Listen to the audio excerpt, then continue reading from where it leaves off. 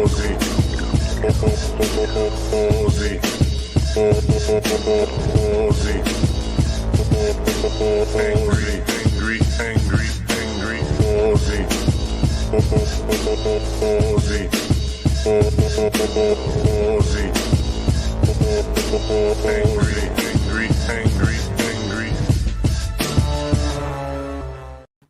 Hello. Easing into a Tuesday night. Cherries are left in here. 1, 2, 3. There's about half a dozen. All right. Get me 8. Oh, man. Thought that was going to work. I got one. All right. Second time lucky. Okay. There we go. Just take it easy and wait for people to get here, I guess. Or if you're watching this back, hello. Actually, maybe I'll do my warm-up thing. Hey, Megaleech. Play some Red Dead while waiting for people to show up. Let's see. Meanwhile, my first proper taste of a rum barrel-aged apple liqueur I made. Been in the barrel for a couple of weeks, and I just decided to taste it for the first time. Oh my God, it's really good. It's very sweet. It's a liqueur. Man, it's good. It's got a lot of sugar in it.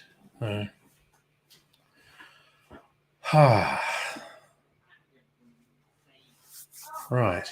Actually, yeah, maybe this would actually go well with some soda. Be a bit less sweet.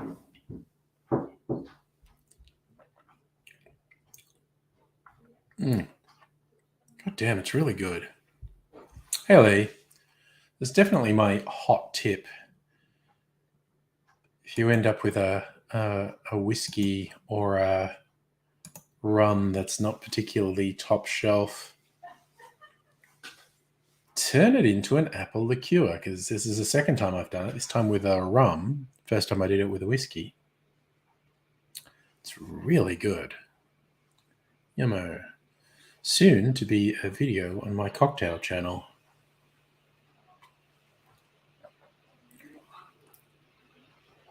That is just really nice. Very, very pleasant.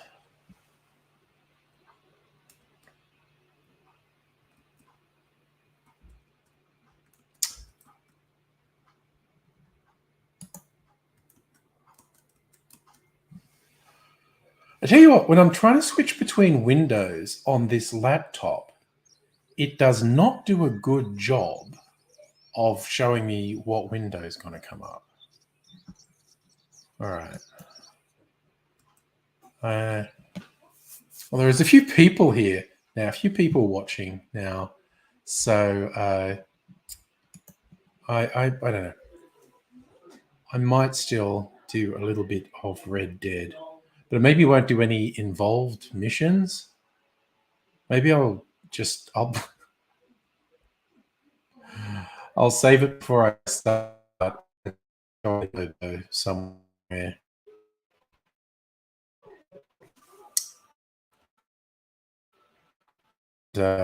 I mean, that is a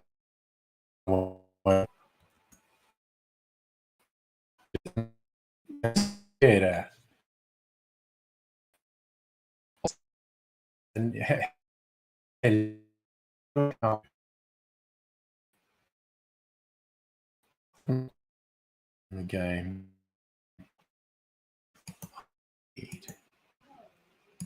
Just share the window. Is that working? Yes, there we are. And do that so I'm in there. Lee, Vice Chancellor, recognize you for your participation. Yeah, nice. Oh, got darker since this is very nice looking countryside. Where's my horse? My horse is fucked off somewhere. Let me go for a swim, Arthur. Fish in this water?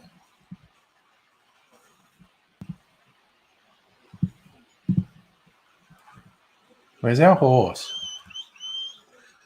There it is. Boy. Wait, is this a girl? I thought it was a boy. I haven't played this game in a while.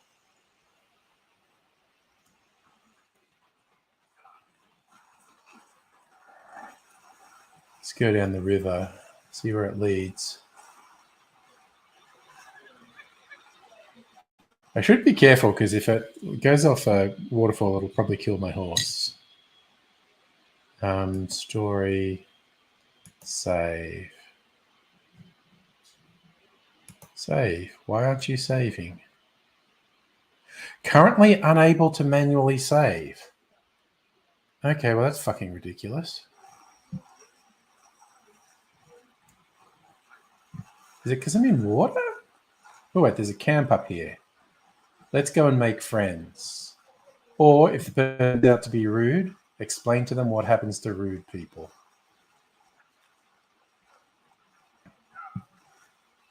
Yeah. All right, horsey. We'll just go up here. I want to camp and fast travel anyway. So I might use someone else's camp to fast travel. See what this person is like.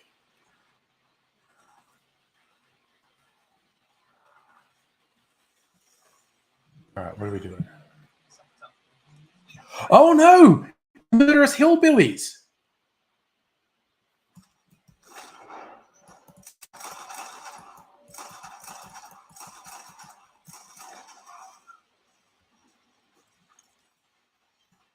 How are you still alive?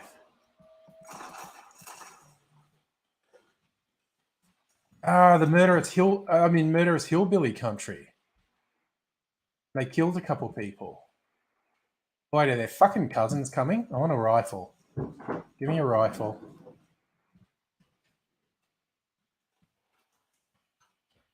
Oh wait, I've got a rifle. Oh, where's my Carcano rifle? The other way, Mimsy, you weirdo. Wait, inbred hillbillies inbound, I think. Where are they? Sorry, you just murdered some people who were camping, and I was hoping to make friends.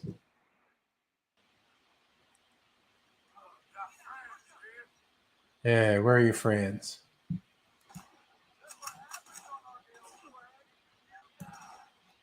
Wait, where are they? I can't see them.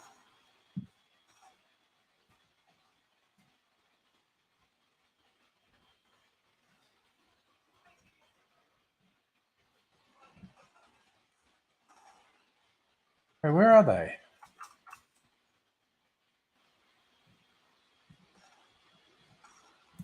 They're freaking shooting at me, but I can't see them. Ah, there's one.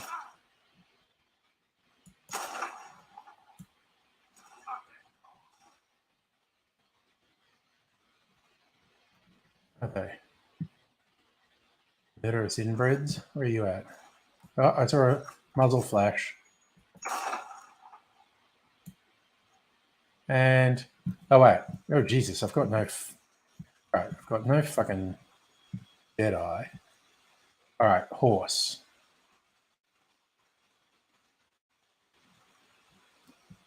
I should set up a camp for a start.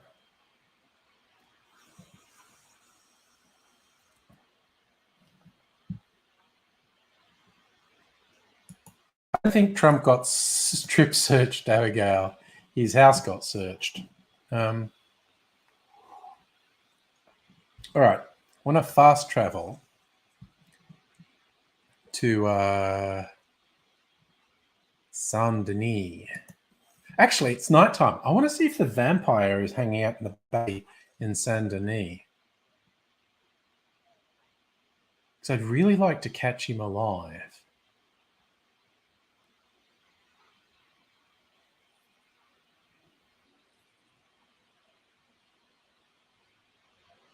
Horse is taking me to Saint Denis by the scenic route.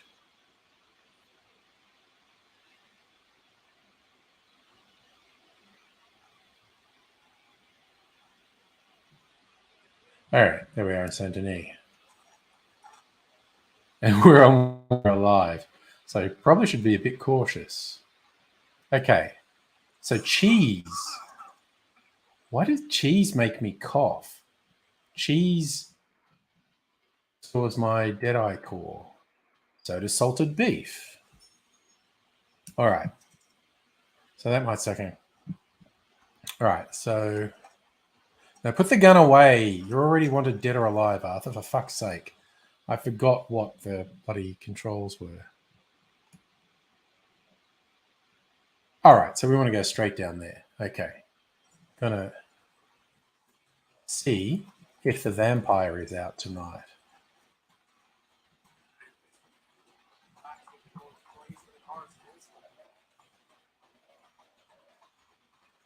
Riding through the misty street. This looks like a good night for a vampire to be out, really. Just riding on till I find. Hello, policeman. I'm wanted dead or alive. You going to do anything, dickhead? No, I didn't think so.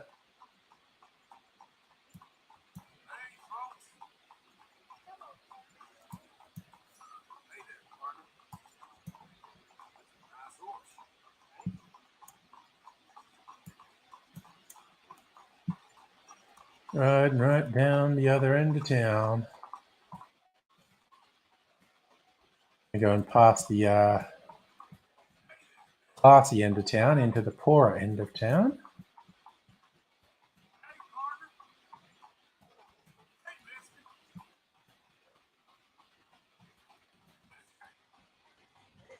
Say hello to people. Improve our standing by being friendly.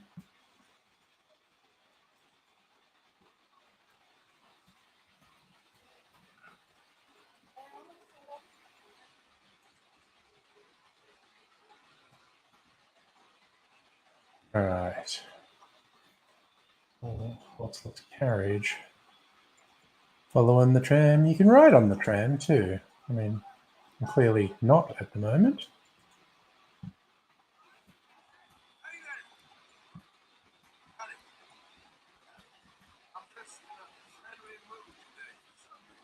Arthur being friendly for some reason.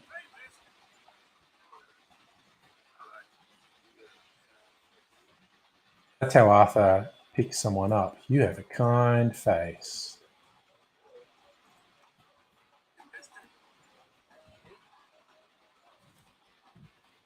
Right, I just got to check on the map where we are now. Okay, I want to turn left. Actually, I put the tram.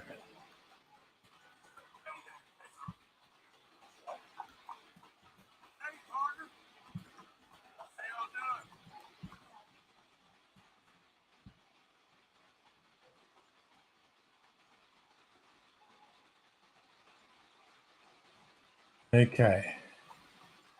We're getting to where I want to be.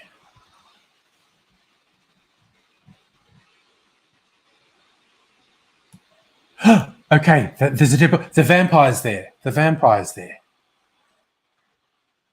All right. So I want to save in case I fuck this up.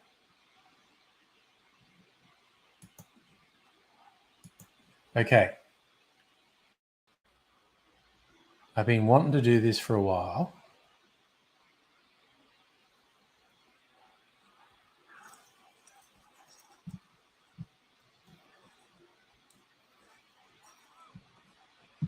All right. Last time this guy just fucking one-shotted me, stabbed me and killed me. I really want to catch him alive though. Okay. We're going to do some amphetamines before going down here. Look, it's Nosferatu.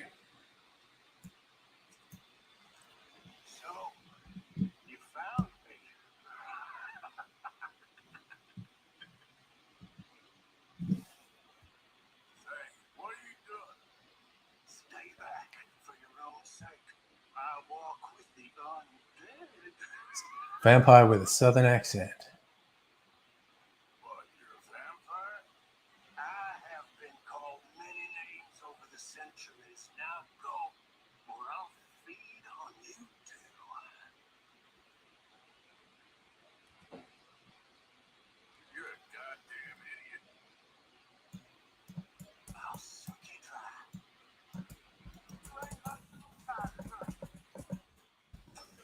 Damn it!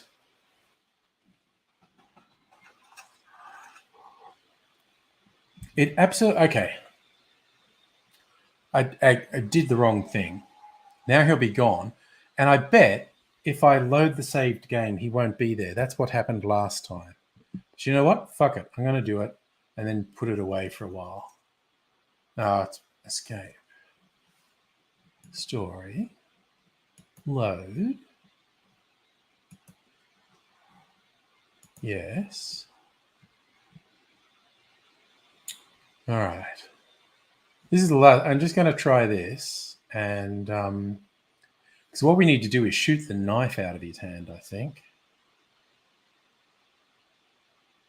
Yes, it was a bit of a promise, Abigail. Someone in a back alley telling me he's going to suck me dry.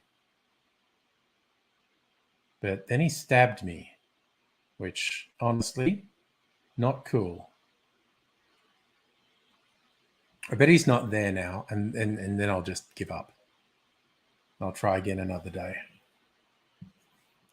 All right, where are we? Where the fuck are we?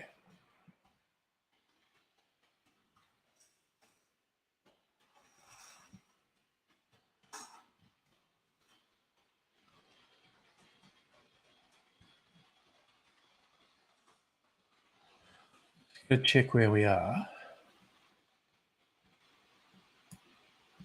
All right.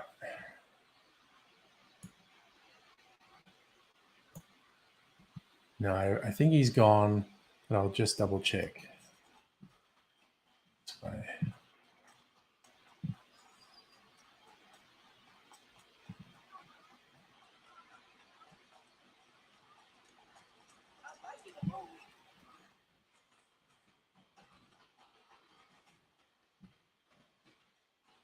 No, he's gone.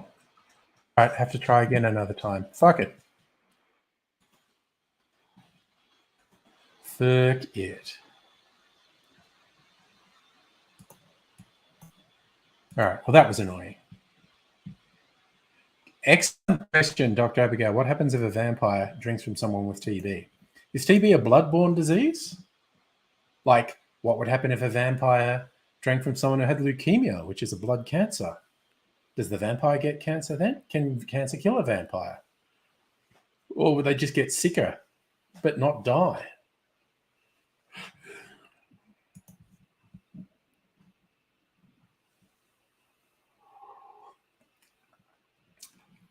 Justin, I believe Trump actually appointed the current head of the FBI. I could be wrong on that, but I think that's the case. And I tell you, Trump getting raided by the FBI is pretty goddamn funny, because that is a very serious step where you expect to find, you don't do that on a whim, you expect to find evidence that would allow criminal prosecution of someone. And it's hilarious watching all the right wingers going, "Oh, the FBI is out of control." It's just like, you know, them being in denial that Trump's a fucking criminal. But also they're all with this law and order, back the blue, or until we get held responsible for something, then it's bad. The way the right wingers are losing their fucking mind is funnier than Trump losing his mind, quite honestly. Hey, Robot Man Greg. Yes, Megaleech, I did see that. Marjorie Taylor Greene saying defund the FBI. Hilarious. Do it.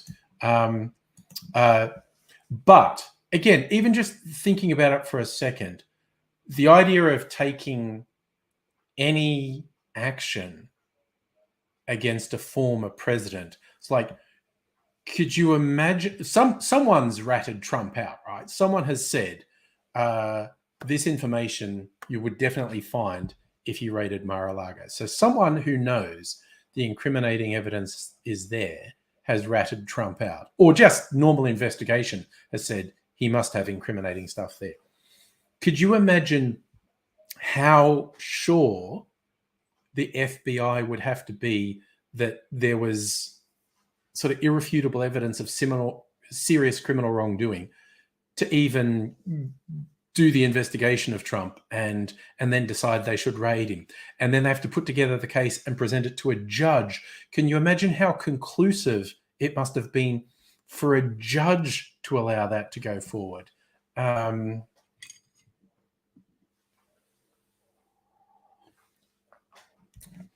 Justin, you're getting into some arcane areas there that I know nothing about.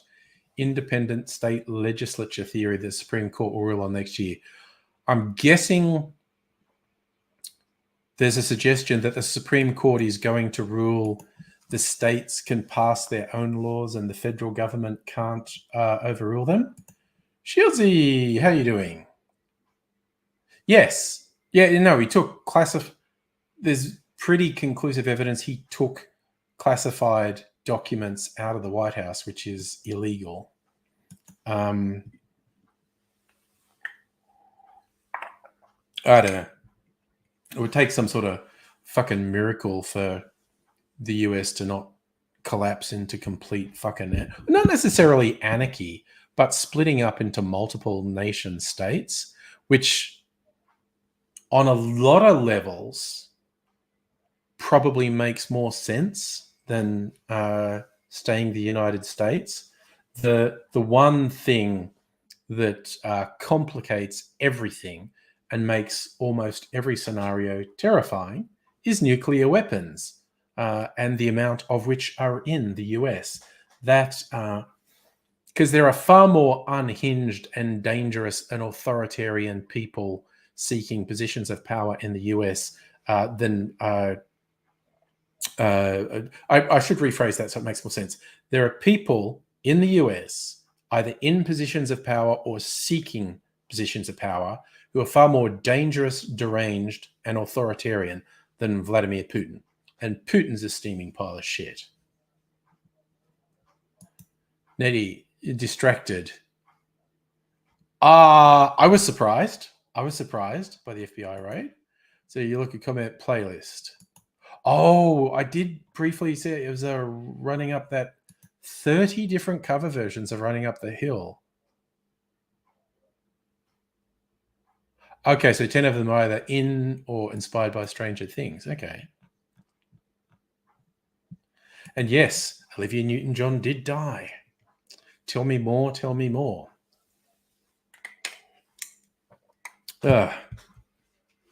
All righty.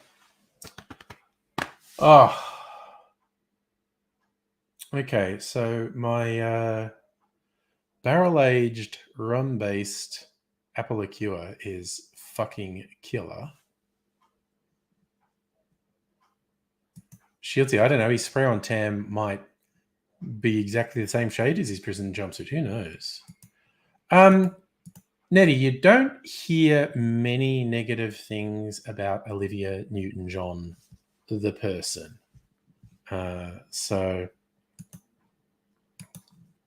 Oh, I have a new super expensive bottle. Well, not super expensive. Super expensive is thousands of dollars. But this is the most expensive bottle of whiskey. Actually, I'm pretty sure this is the most expensive bottle of alcohol I've ever bought. I don't actually remember how much I paid for it, but I know it's more expensive than anything else I've got. Oh, it's just over here. And it's super limited edition too. Bakery Hill Blunderbuss Single Malt Whiskey.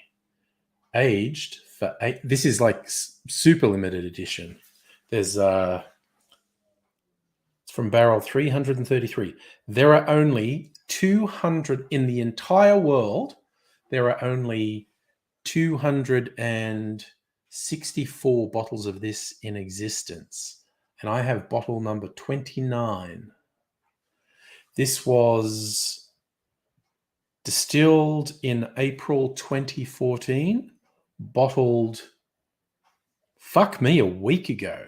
This was only bottled a week ago, and it got to me a week after being bottled.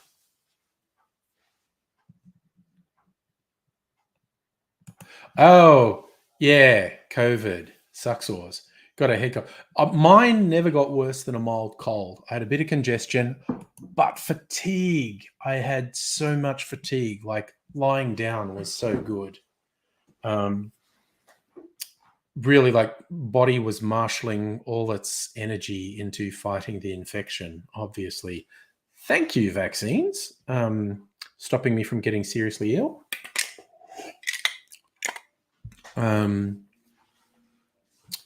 But yeah, it's a thing. I'm sort of paranoid about reinfection because there's so much we still don't know. But the dominant thought at the moment is every time you get reinfected with COVID, the percentage chance of complications goes up. So not keen to get reinfected. So not going out at the moment. Like Mrs. Angry and I used to do a date night every second Saturday. Of course, not during COVID. We pioneered date nights at home. COVID, lots of places were doing takeaway that didn't normally do takeaway. And we were having date night at home. Then, everywhere is open. So we're going out. But this winter wave, we're just like, I don't think I want to go out anymore. So we're doing date night at home again at the moment.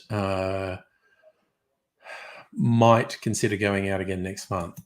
See, Dr. Abigail, that's a good approach. Refusing to get COVID is a good approach. Justin hasn't yet. Yeah. It's like more than half the population's had it now. Oh, I see Saracen. Shared your sister's vape. Oh, no. I think that's a subcategory on Pornhub. Oh yeah, Shieldsy. The loser Trump supporters going off their nana. It will be interesting. Like, honestly, I don't believe the FBI would have done this raid unless they believed they would get a conviction out of it. Also, the type of thing they're probably investigating Trump for, under law, if he's convicted, he can never run for public office again. So, woohoo. Right, I'm going to have some clarified cocktail. This is my clarified creamsicle. Fuck it. You know what? There's only a little bit of it left. Actually, that's what... Okay, that was too much. I shouldn't have done that. Oh, well.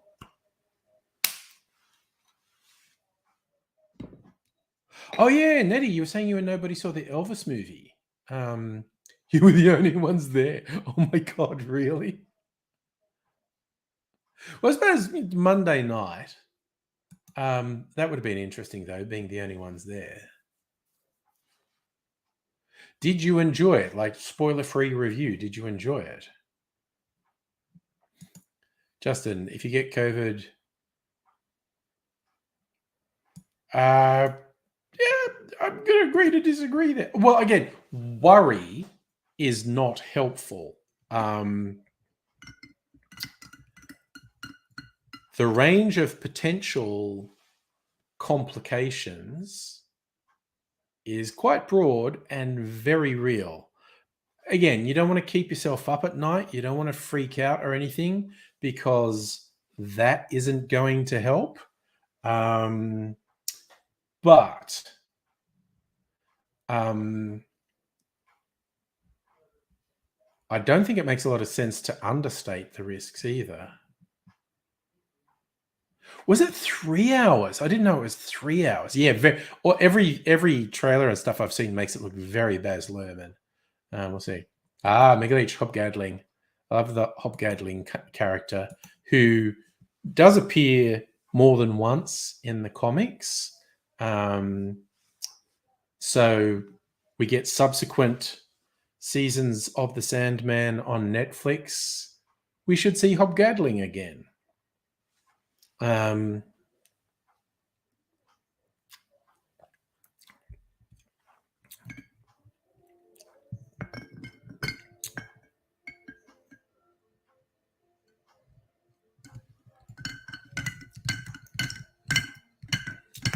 Okay, here's an interesting bit of trivia.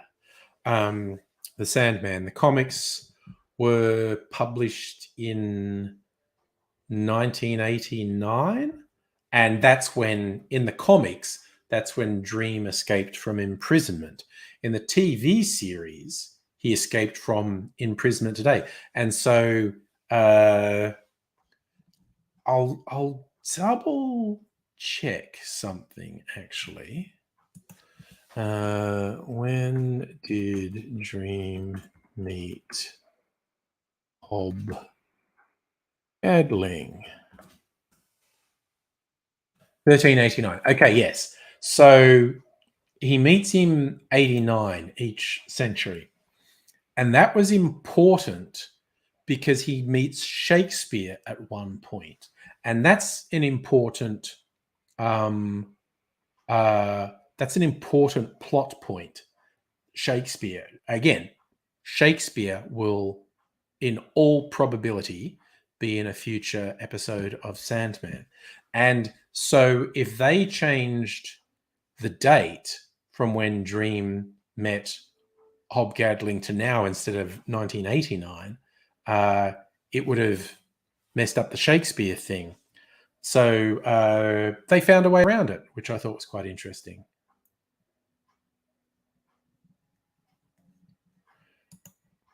Justin, not being able to control something, I'm not really on the same wavelength as you, I would say. Again, depends what you mean by worry. I don't think you should lie awake at night. I don't think you should freak out. I don't think you should be paranoid. Not being able to control something doesn't mean, in my book at least, because there's a shit ton of things I can't control that I'd be pretty unhappy if they happened.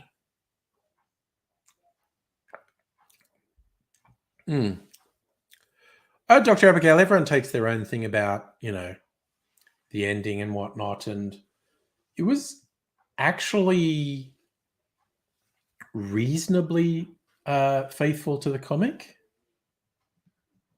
Nettie introducing the youngest to Sandman. That would be good. But broadly, yeah, I thought it was very good. And in the I don't know about you, Dr. Abigail, and I'm mentioning this to you for no reason in particular. Just a Minecraft type discussion. I think if I were to watch Sandman again in Minecraft and hallucinogens were involved, I'd be bang up for that. But yeah, there's also quite fun. Okay, rolling back in time, there's an artist named Dave McKean. He did all the covers for the original run of the Sandman, for the monthly issues and then for the graphic novels as well. And he's worked with Neil Gaiman on a bunch of things over the years.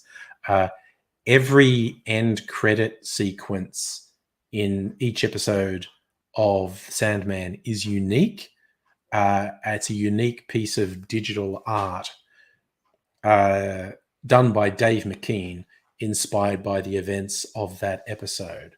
So it's one of the few shows where watching the end credits is worthwhile. There's no after credits scene. It's just the visuals themselves for the end credits are unique works of digital art.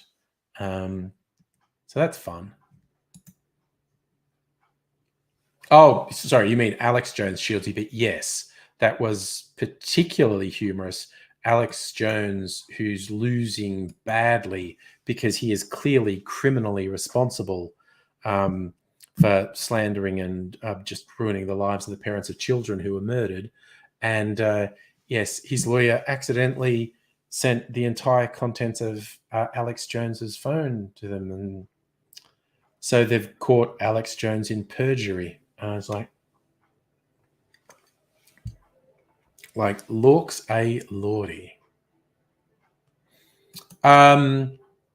Yeah, I mean, Mega Leech. Yeah, we don't want to say spoilers, but at some point, chat. The things I can say that I don't regard as spoilery is there's a significant amount of gender swapping of characters, and quite a lot of the characters in the TV show are black who were not black in the comic.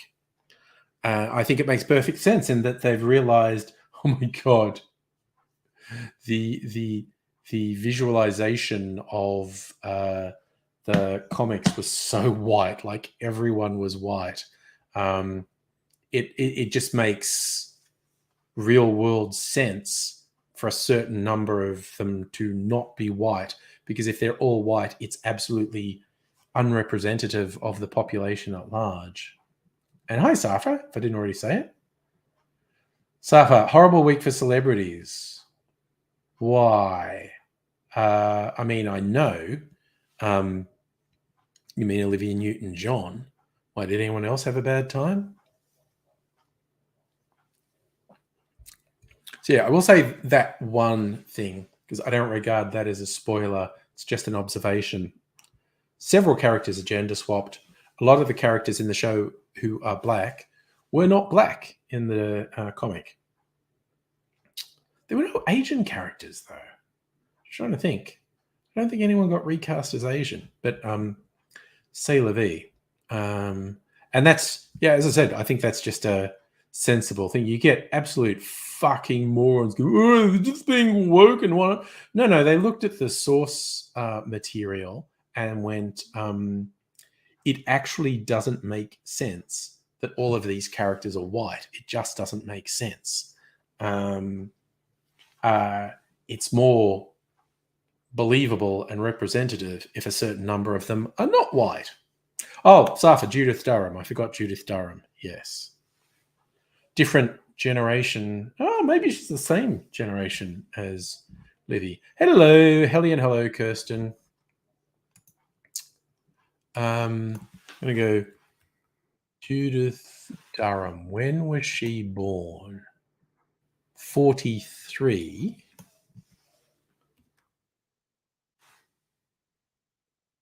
And Olivia Newton-John was born in 48. So, okay, they're born within 5 years of each other. There you go. Oh, Hellion, hello, because I was kind of saying my Bakery Hill whiskey tonight. You still in Tasmania, in the middle of nowhere and freezing? This is the limited edition Blunderbuss, 58% alcohol by volume. Aged 8 years, 2 years in a beer barrel, stout cask. Partnered with Hop Nation Brewers. Oh, we lagged. Oh, okay. Sorry, that happens sometimes. And yeah, Safa, the original Star Wars, only one black actor in the galaxy. And that's been more balanced in subsequent things, even though it made racist fuckos act like racist fuckos. Oh, okay. Hot tip. Carlington Mill whiskey, kind of shit. So the lag should have stopped. I normally get a warning on there if there's going to be lag. And there's no warning there. So hopefully that's past us now. God, I really got to call Telstra and say, fuck you guys. What the fuck is up with my internet?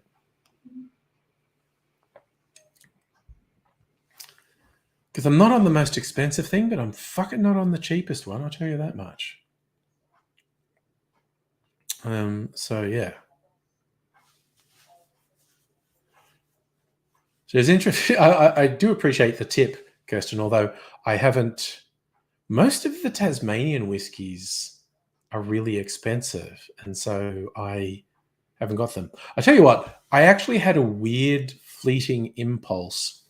They released a 30-year-old Lark whiskey, and I think it was like $2,500. And there was just a tiny part of my brain that said, but that is truly unique. You should get it and keep it. And then I was like, yeah, but probably not. So it's like the oldest ever Australian whiskey. But there was part of me that went, maybe you should. but then no.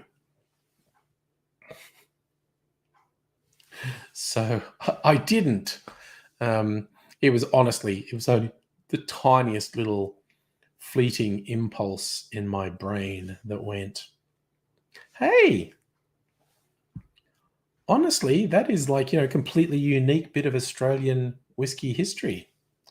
I'm not rich enough to be that fucking frivolous. Because I honestly would also, if I was going to be that stupid, I'd want to get two because I would want to drink one of them.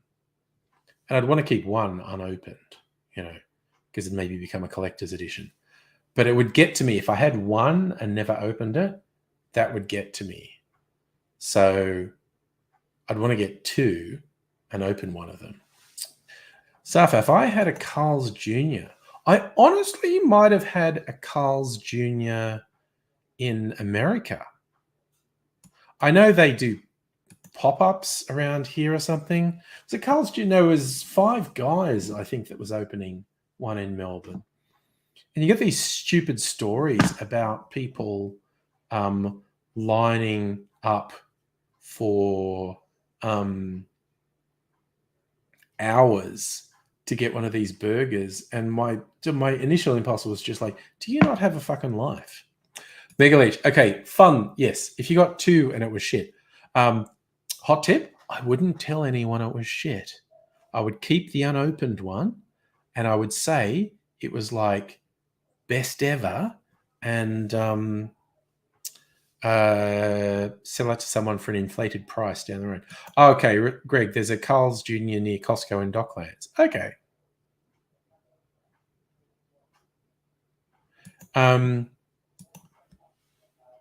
Yeah, I mean, I would definitely try a Five Guys, a Carl's Jr. But Melbourne has so many good independent or small chain local burger places. I'm not going to wait for a couple of fucking hours just because something's got a sort of hype rep. My time is worth better.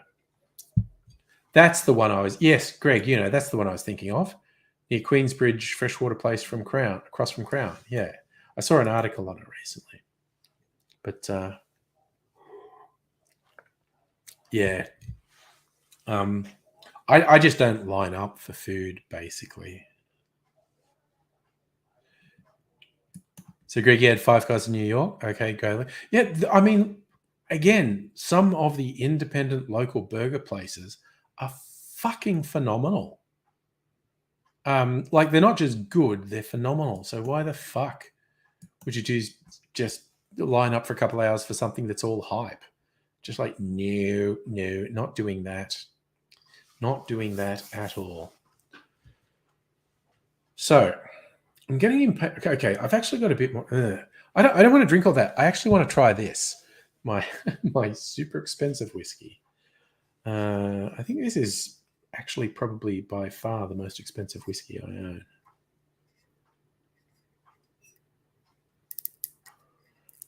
It was like a rush of blood type of thing that made me get this. So we are going to have some. All right. This is, I've probably mentioned this before. I actually bought shares in this distillery. They were doing a fundraising thing to move their distillery from the country to Melbourne, Kensington to be precise, which is like it's between North Melbourne and Flemington. So it's just a little bit out of the city. When they open, I will be going there because there's distillery and bar they're going to have, because I'm a shareholder. I get a VIP thing. Dr. Gabriel, I'm not surprised you have Running Up That Hill stuck in your head because you put together that compilation. And Greg, yeah, there may have been an opening special, or there may just have been people wanting to be first in. So I'll stick to, I think I only know three. The Running Up That Hill, the original, the placebo one from the 90s, very Gen X, and the much more recent one, Meg Myers. And I really like her impassioned delivery. Like when I listen to Meg Myers' version, I truly believe she wants to make a deal with God. I like the placebo one because it's this laid back, sort of moody emo, like again, first gen emo 90s. The the hill, up the no problem. I like it. And I like Kate Bush too.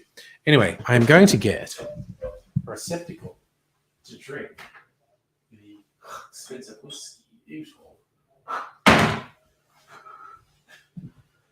This funny little that says absinthe on my glass because it came with a bottle of absinthe I bought some years ago. Dr. Abigail, I don't use Spotify. I use YouTube Music for my music. All right, let's pour a little out for the homies.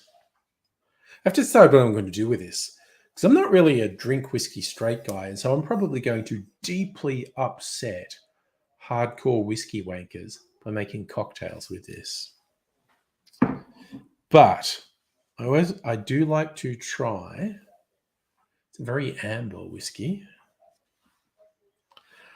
I like to try it straight and then with a bit of ice diluted. What's it smell like? It's honestly got a strong ethanol aroma.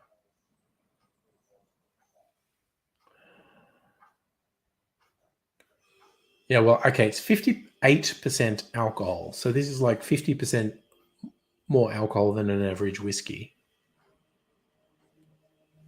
So it is burning the nostril hairs a bit.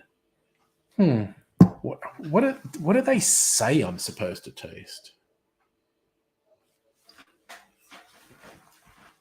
I'm actually very bad at describing what I taste with these things. A bit more light for my old eyes.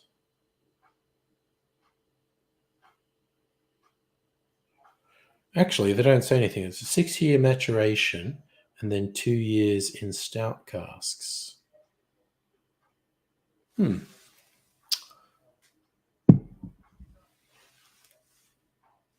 Yes, I know Spotify works in browsers, Dr. Abigail. And then I'd get ads.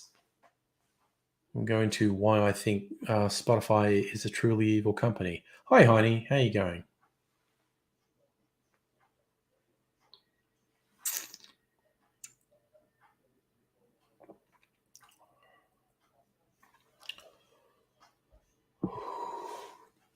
Yeah, that is very warm with the extra alcohol.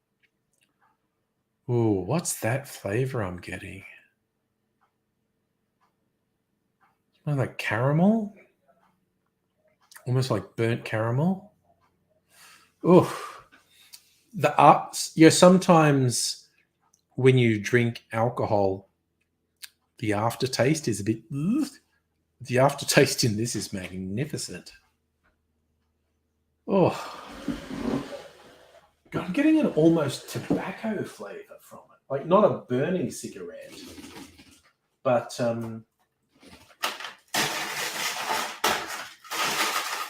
that aroma raw tobacco has.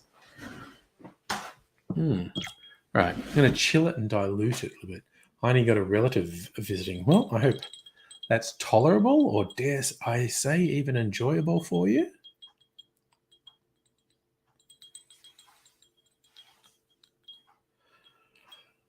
Now, adding a little water to whiskey to good whiskey, tends to bring out other flavors, opens it up a bit. That's the thing. God, what is that smell? Like I said, I'm so fucking bad at using words to describe these things. Kirsten, I'm not going to drink it in a hurry. So probably if you get to Melbourne in the next year, you'll be able to taste it. Oh, shit. Kirsten, I need to throw this past you. Dr. Abigail and I were in a Dan Murphy's on the weekend, and they had these little spray things of argon, which is one of the noble gases, which is heavier than air. And the idea they said it was to stop wine oxidizing.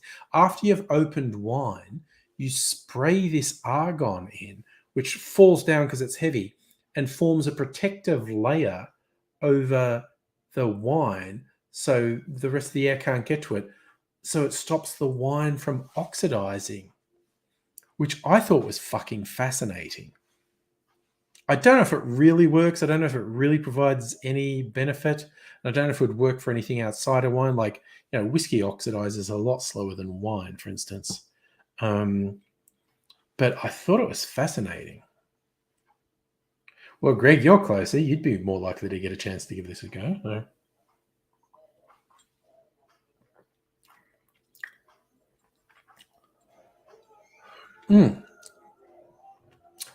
It's okay. It's a bit sharper when it's been diluted, which surprises me. The aftertaste is really nice. I mean, that's a good thing about this. With a lot of spirits, sometimes there's a really aftertaste. Man, this just lingers. This just fucking lingers on the palate. Just this almost molassesy sweetness, and my tongue's just tingling from it.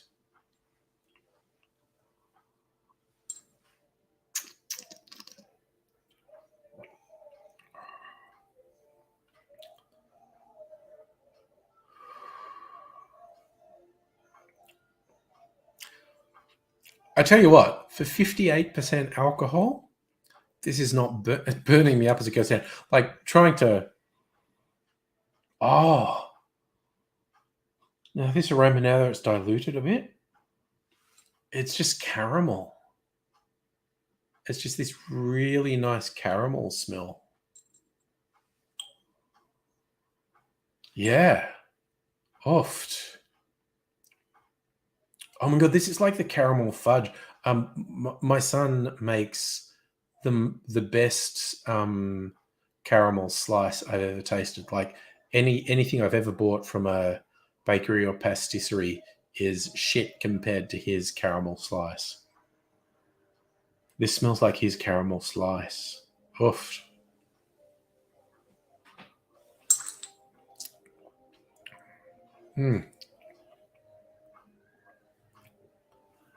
Okay.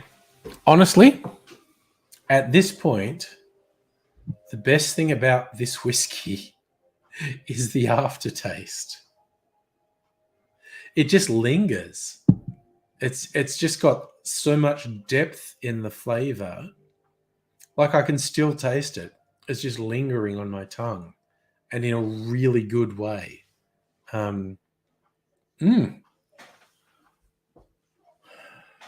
Okay.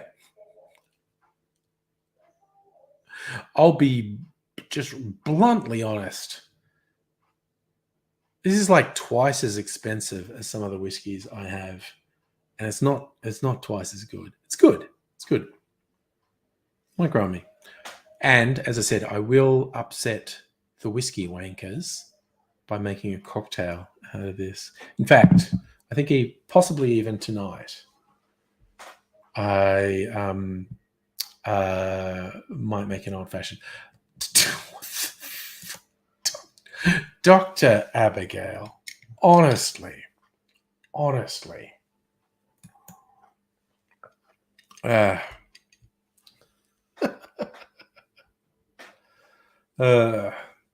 don't think if I was going to make an old fashioned with this, because I've got like 6 sugar syrups in the fridge.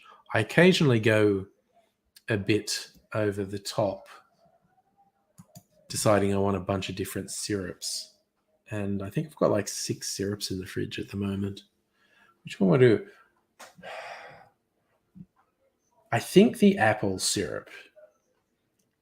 I'd be torn between the apple syrup and the really dark molassesy syrup I have. They're very different. was that for not looking at your playlist? Fair. Honestly, completely fair. All right. So, yes, this is nice. Again, this is fascinating because this is most Australian whiskey. And Kirsten, may correct me on this because Kirsten knows a shit ton more than me, but I think most Australian whiskies are aged for around 3 years, like at least 3 years. This is aged for 8 years. It's a really nice color. It's a very nice color.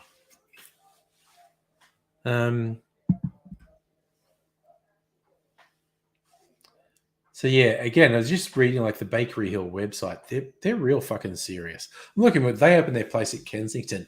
I get to go because I bought the shares in the company, helped fund their move to Kensington. I get to go to a VIP thing. So we shall see.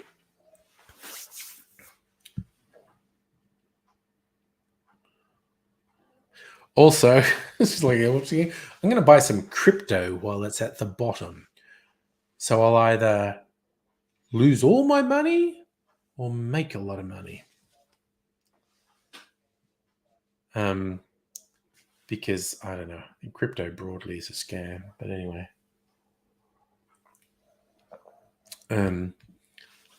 just randomly dropping all over the place from tangy pre-cum to crypto. And yes, I'm Kirsten. You know, does any so that almost suggests that some of the Tasmanians age it. Well, as I was mentioning earlier, there was a bloody 30-year-old lark going on the market. But yeah, for a mainland whiskey, 8 years is a long time. And yeah, it was very interesting reading their website, all their different whiskies. They're super fucking serious about it. I think they've been doing it for like 20 years. I think they set up their distillery about 20 years ago. I also love that the little notes. Can you see it? No, it's flaring. Oh, there. You can maybe see. The details are like written in by hand. Distilled 12th of the 4th, 14. Bottled 2nd of the 8th, 22. Barrel number 333. Bottle number 29 of 264. I love the fact this was only bottled a week ago and I've got it in my hand now. They like, because I pre-ordered it and they were basically like, yeah, okay, if you pre-order, as soon as we bottle it, we'll send it out to you. And they weren't fucking around. They only bottled this last week and it got to me this week. Oh yeah, the difference between Tasmania is much colder than most places on the mainland. The barrels go to sleep. Well, that's the funny thing. Well, in parts of Australia, and certainly Texas whiskies are getting big. I've got some Texas whiskey, and because the Texas weather is so extreme,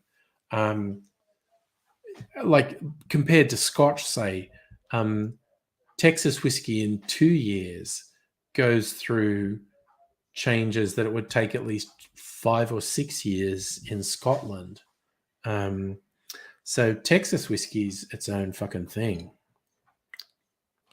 And the Texas whiskey I have, a Balcones single malt, is just this amazingly sort of rich flavor. It's sort of like a chocolate coffee flavor going on in it. There's a really deep, rich flavor.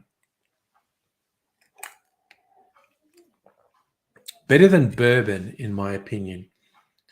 One of the rules with bourbon is it has to be aged in new oak barrels. But if a distillery is just making their own signature whiskey, like particularly if they're making a single malt, the barrels can be used. They are maybe ex-bourbon barrels, they are maybe ex-wine barrels. So it's already putting that different flavor in. I feel the flavor in bourbons that are aged in new oak barrels is a bit thinner than whiskies that are aged in barrels that have previously been used for something else. So I think this one spent 6 years in something that was previously used like either a bourbon or a wine barrel, And then they aged it for 2 additional years in a stout ex-stout barrel. Kirsten, you're in Oatlands. -5 yesterday. Well, here in Melbourne, it's like, depending which suburb you're in, last night, tonight, and even maybe one more night, it's overnight is somewhere between 2 and sub-zero, depending which suburb you're in. So a little overnight cold snap. It's not that cold during the day, but it's cold overnight.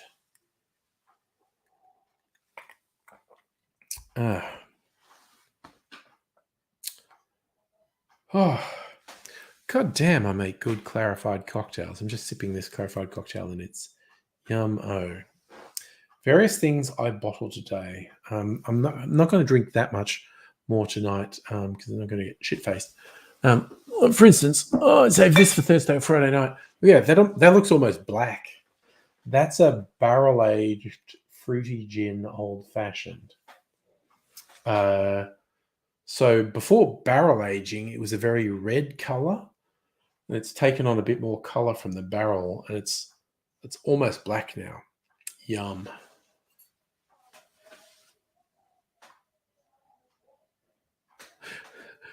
So I'm just noticing this comment from Nettie. Were you just going back through comments, Nettie? Oh my god, Dr. Abigail. Was that a reference to the pre-cum tangy flavor? Oh, Kirsten, seriously, the FBI fucking raided Mar-a-Lago, Trump's golf resort, and took away, and they got stuff out of his, they had a subpoena that said you have to open your safes, and they just took boxes of documents. So we don't yet know specifically what the raid is about. It is either getting evidence to prosecute him for criminal activity in relation to the January 6th insurrection, or finding ways to criminally prosecute him for being in possession of classified documents it was illegal for him to take them out of the White House, or both. So yeah, we don't yet know specifically what the raid was about. But basically, the FBI raided Mar-a-Lago, left with boxes of documents. Like, Trump is almost certainly fucked at this point. Like, that for the FBI to do a raid on a former president, literally unprecedented. But then again, arguably, the criminality of Trump is unprecedented as well. So the next couple of days, weeks, could be fascinating. Like, if it then becomes public, like, one assumes the next step is, okay, so there's an FBI investigation that says Trump is almost definitely guilty of the following criminal activity. We are sure if we raid his residence, we will find evidence of it. And they've gone to a federal judge and presented their investigation and said, we are certain he's guilty of the following criminal activity, and the evidence is in his house. We want to raid his house. And they convinced a federal judge to give them a warrant, which is, as I said, unprecedented. And then they've executed it. Now they're going to go through everything that they got in the raid, and then they're going to present it to the public prosecutor, and say, yeah, you should actually charge this motherfucker with the following. So I feel like the coming days and weeks are going to be fascinating. Uncharted territory in American legal proceedings.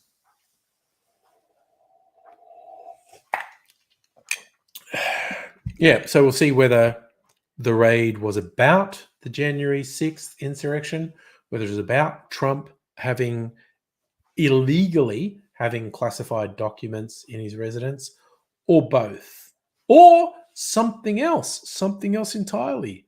Who fucking knows? But But we live in interesting times, as the saying goes. So we'll see where this leads. But it's pretty goddamn fascinating at the moment. Okay, I am absolutely making an old-fashioned with this. I feel like I want to go on the internet and say, look, I got this really limited edition Bakery Hill whiskey, and now I'm going to make cocktails with it, because fuck you, whiskey snobs. Fuck the whiskey snobs, is what I say.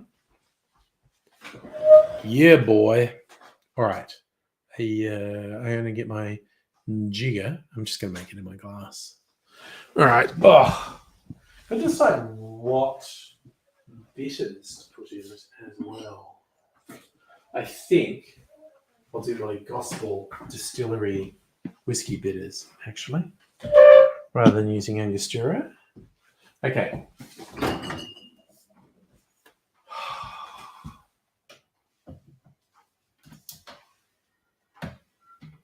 think that's my apple sugar syrup. Like I said, there's 6 sugar syrups in there.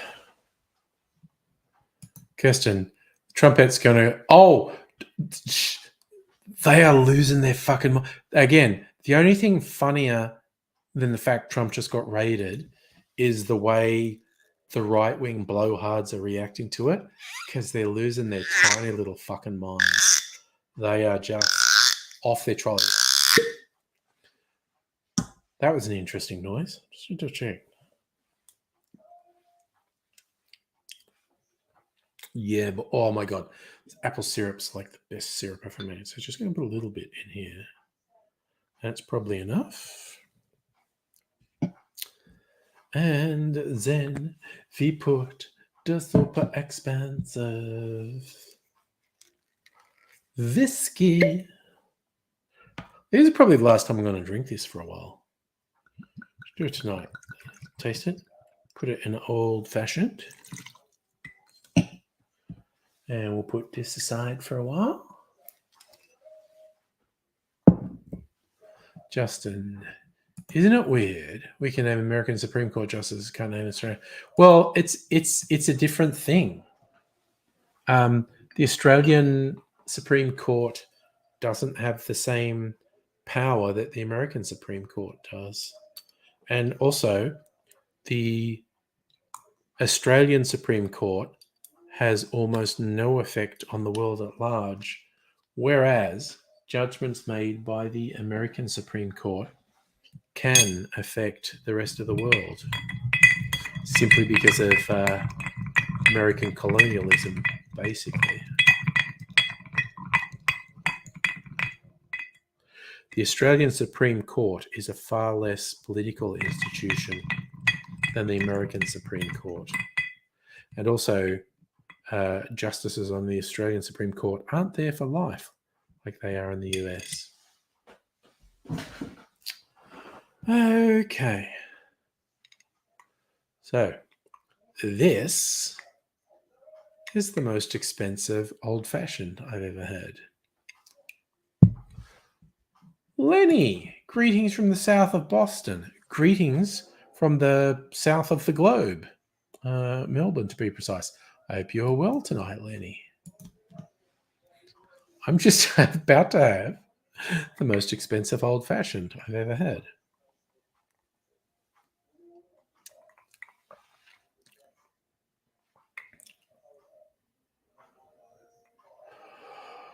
It's really nice. Okay. This, again, because this is really high alcohol, 58% alcohol, which is, normal whiskey is 40%, so this is basically 50% more alcohol than ever. So it does have a burn, not in a really unattractive way. So it's got this really lingering burnt caramel to almost tobacco-y flavor. Christ, this really stays. That's one thing I'll say about this.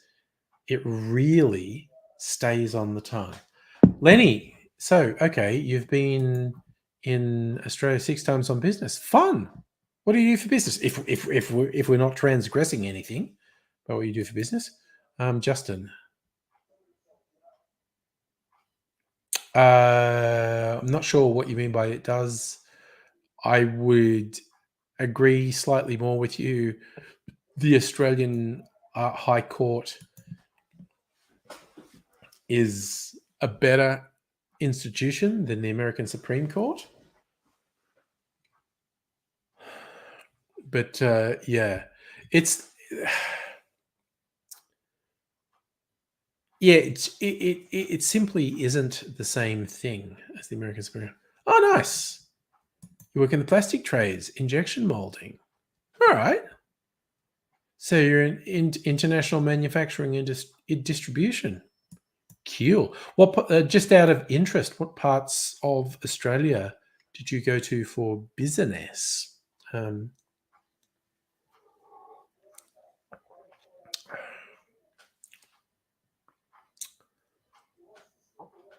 Oh, okay. I'm getting into this now. Bakers Hill Old Fashioned. Okay, so all your trips have been to Sydney. That's okay. Sydney. So I lived in Sydney for 10 years. I'm in Melbourne now, which is it's about as far from Sydney as San Francisco is from Los Angeles. And also vibe wise, I feel like Sydney's a bit more LA vibe wise, and Melbourne's a bit more San Francisco vibe wise. They're not the same by any stretch of the imagination. But I think when you're drawing analogies, it isn't a terrible analogy. And maybe it's not a coincidence. Sydney and Melbourne are about the same distance as LA and San Francisco. LA is a bit more sort of go, go, go and image focused, which Sydney definitely is. San Fran is a bit more laid back. San Francisco felt, I've not that I've traveled to a lot of the US, but to me, San Francisco felt the most like an Australian city. I mean, I wasn't going to say it, Dr. Abigail. I'm also not going to disagree with you. Again, having lived in Sydney for 10 years, and I've now been in Melbourne for over 20 years, I've never had the slightest impulse to go back to Melbourne. Holy shit, Boston to LA is 6 hours. LA to Sydney, 14 hours. Yes, that is a long trip. Sydney to Melbourne's only 1 hour. But yeah. Oh, so like, okay, Boston to LA, that's Sydney to Perth. Yeah. People, I think some people probably underestimate how big the US is. A lot of people underestimate how big Australia is. But because most people only visit the East Coast, I forget. Oh no, it's like 4,000 kilometers away.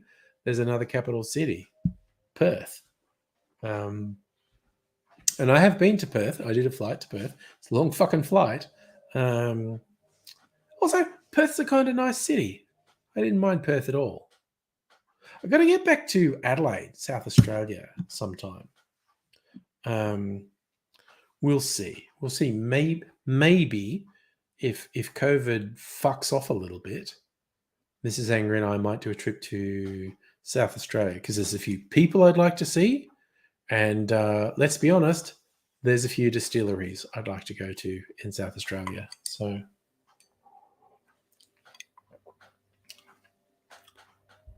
man, I wish I was better at describing the flavors on the drinks. What's that? This in an old fashioned. This is it's really sharp. But there's this warm honey molasses vibe going on. Man, okay. So, for your reference, Dr. Abigail, I despite the fact it's much more expensive, I wouldn't rate this above Starwood Nova, honestly. I think either Thursday or Friday this week, I am going to do a whiskey taste test because I've got like a fuck ton of whiskeys. I'm going to work out how to do it. Do a blind whiskey taste test, and get like super different whiskies. I'll definitely put this one in, and I'll probably put, from my Australian whiskies, I'll probably put one Starward, one Archie Rose, one Gospel Rye, and then I'll put a Scotch. I've only got one Scotch. I've only got one Irish whiskey, and I've only got one bourbon. So I'm thinking I'll line up 6 little tasters. This one Starward, one Archie Rose, one Gospel Rye, one Scotch, one Irish, one bourbon. So that's going to be 7. I'm going to go. Oh, a Dr. Abigail tech support. Yes. Yes. And the thing is, what I'm willing to bet in a blind test, I'll have no fucking idea which whiskey is which. But I think it would be fun to just line them up and go sip, sip, sip, and go, that's my favorite, and then just look at which one it was. So I think we'd need some help, maybe from Mrs. Angry. Need to get some little, like, pour them into little shot glasses and put like Post-it notes under them saying what they are, and then like look away and get someone to mix them up, and then taste them and go, And like theoretically, the different Australian whiskies should be very different, and they should very much be different from Scotch, Irish, and bourbon. But I'm willing to bet I am super fucking bad at telling the difference. Because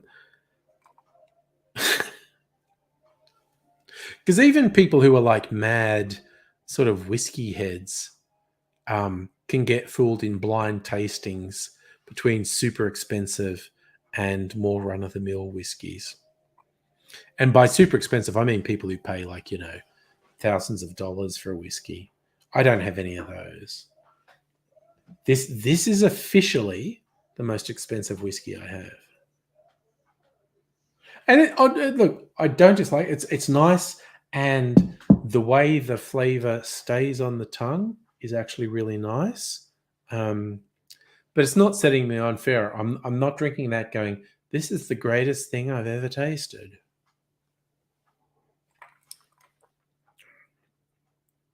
Vanilla, that's the flavor. That's the flavor I was having. Oh, it's very pleasant. That in an old fashioned, it brings out the vanilla notes. It's like, okay, it's been aged for 2 years in a stout beer barrel. The thing. Yeah, see, Lenny, we all have our own tastes. You like wine, red. See, I'm not a wine drinker. Although in cocktails, at least, I do use vermouths and similar aromatized fortified wines, port, sherry, those type of things. But I don't really drink those on their own, but I like them in cocktails. We all have our own tastes. To be fair, I'm super surprised the taste for whiskey I've developed over the last 2-3 years. Yes, Dr. Abigail, it's definitely a pre-cum tangy flavor. You are incorrigible, by the way. Oh, Safa, Jesus, Dan's has ones that are more than 1,000, but because I think I let my Costco membership lapse because I realized I wasn't using it and it was a waste of money, but I'm still on their mailing list. Costco occasionally send me emails like, oh, we've got this super rare whiskey. Would you like to buy a $5,000 whiskey? And that always cracks me up. It's like Costco is selling a multiple $1,000 whiskey, and it's like a 25-year-old Scotch, basically. Oh, Safa. Actually, that little cafe in Fed Square that did really simple cocktails, they were very nice. That's a really good little cafe, and it's a fun place to have something to eat and drink.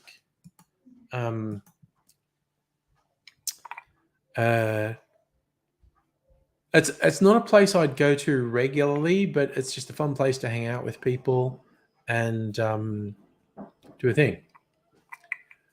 What are you after, trouble? Yeah. Do you want to taste this? You wanted to taste the expensive one. This is in the old fashioned.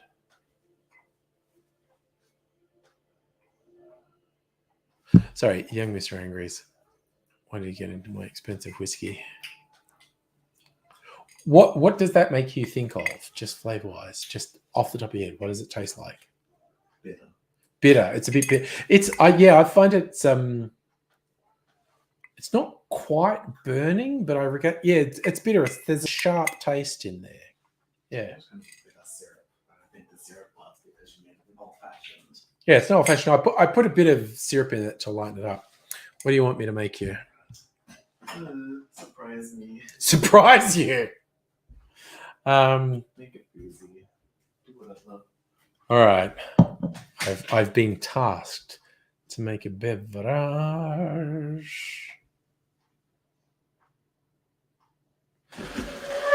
All right.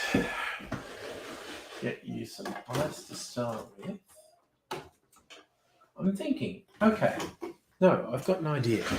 I'll use some of your vodka and I'll give you a bit of this apple liqueur I've made. Because it's quite syrupy, but I think with some... Do you want like soda or lemonade in it? Soda. Right. I think a bit of vodka, a bit of this apple liqueur I've made, and some soda would actually make a really nice drink. And in fact, having said that, I'll probably taste it. All right. So the vodka is up here. All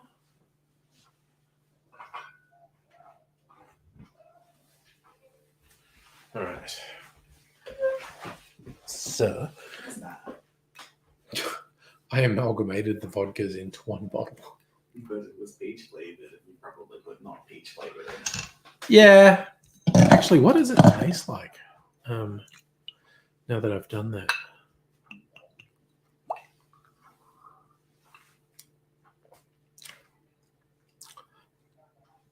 Yeah, it was the vodka zero, which is very neutral in flavor.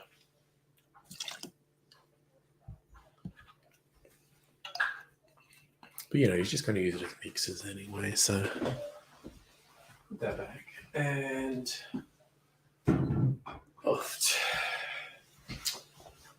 apple liqueur. So I decanted my apple liqueur into. This bottle's so wacky. I think this was a Lark bottle actually.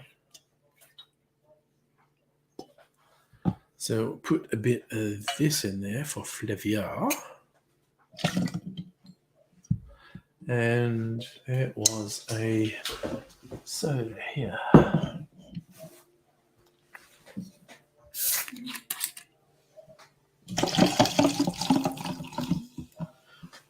Not filling it up very much, but yeah.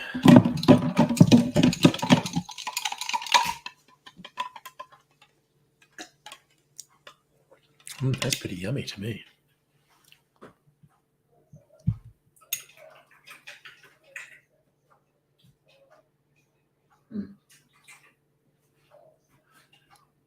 Looks like you want something else in it.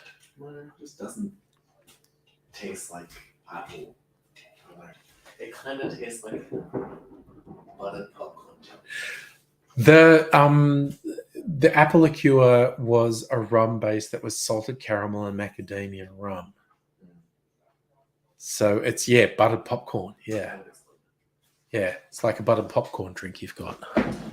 Yeah.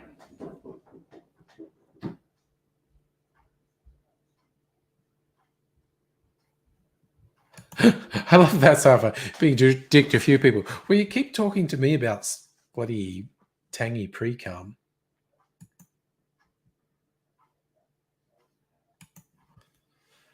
All right. Finish my old fashioned.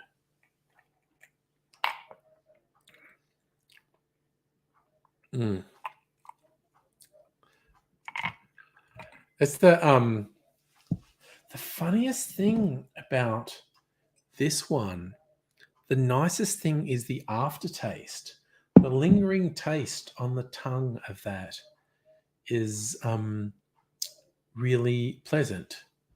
Lenny, you've got a dreary day ahead of you. Thank you for dropping in. It was very enjoyable to have you in and saying hello. Working on your plastics and whatnot. I hope your day is manageable.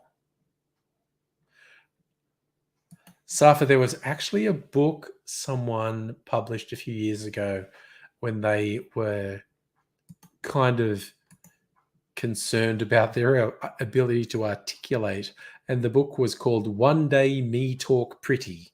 And now I want to look it up.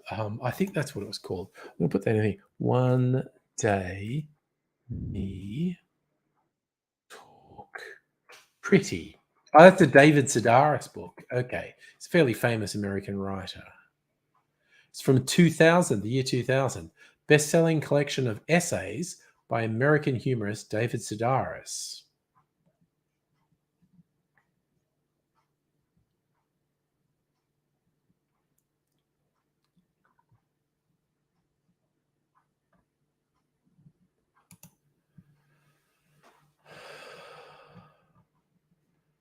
Okay, well, that's fucking useless.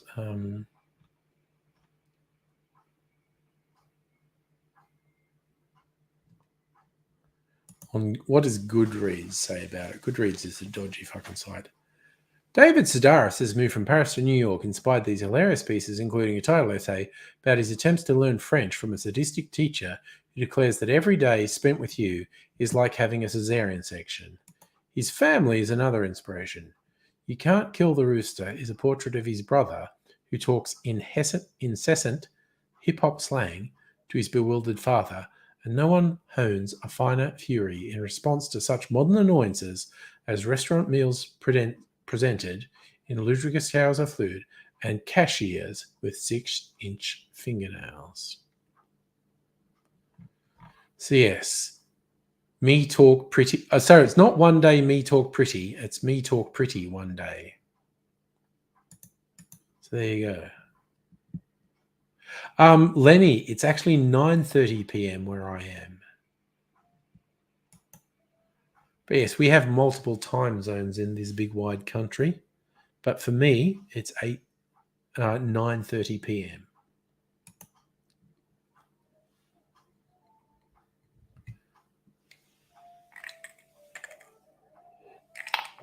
Now, having really brought up that me talk pretty one day, God, I might read that, or I might listen to the audiobook one day. Currently, I am listening to the audiobook The Dawn of Everything, which I think I've mentioned in previous streams. It's these two guys who researched history and whatnot, and they're basically going like, oh yeah, a bunch of stuff that everyone thinks they know about history is horseshit. Both the Rousseau idea of the noble, beautiful savage in a Garden of Eden-like perfect world that was ruined by agriculture, which introduced hierarchies, and the Hobbesian idea of life used to be nasty, brutish, and short, but then with the advent of agriculture, we had hierarchies which brought order. So that's basically a left-wing view. Everything used to be perfect until hierarchies. And a right-wing view, everything was fucked up until hierarchies. And these particular guys doing a bit of research said both of those are basically full of shit and have no evidence to support the things they say. And it is proving very interesting. And I think I'm only about a quarter of the way through it. Dr. Abigail, you used to read in bed. Now you listen to audiobooks because your mum snores.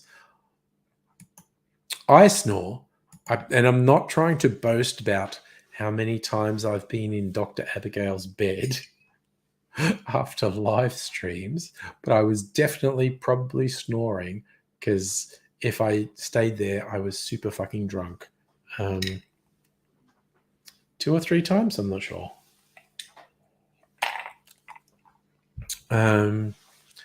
But yeah, particularly this audio book, The Dawn of Everything, I only listen to when I'm not doing anything. Like I will listen to podcasts while I'm working because it doesn't matter. At least I feel like with the podcasts, because they're just talking and such.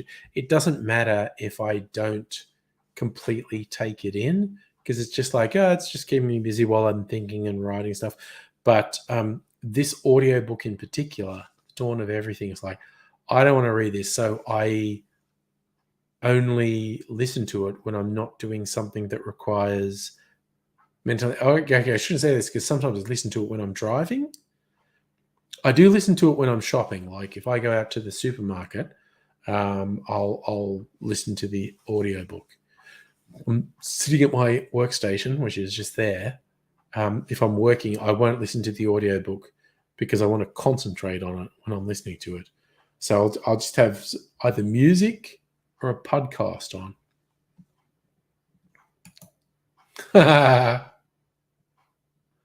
So, Dr. Abigail, I woke up in your bed once without knowing how you got there.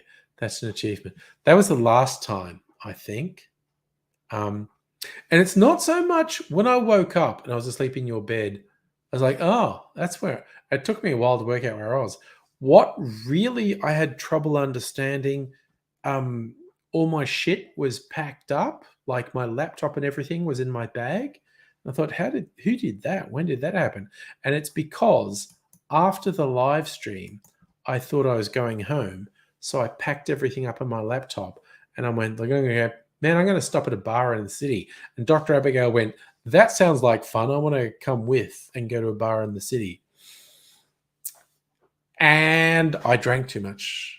I just drank too much. And I couldn't make it home. And so I went back to Dr. Abigail's place. And I woke up going, what am I doing here? And that was a whole thing. But yes.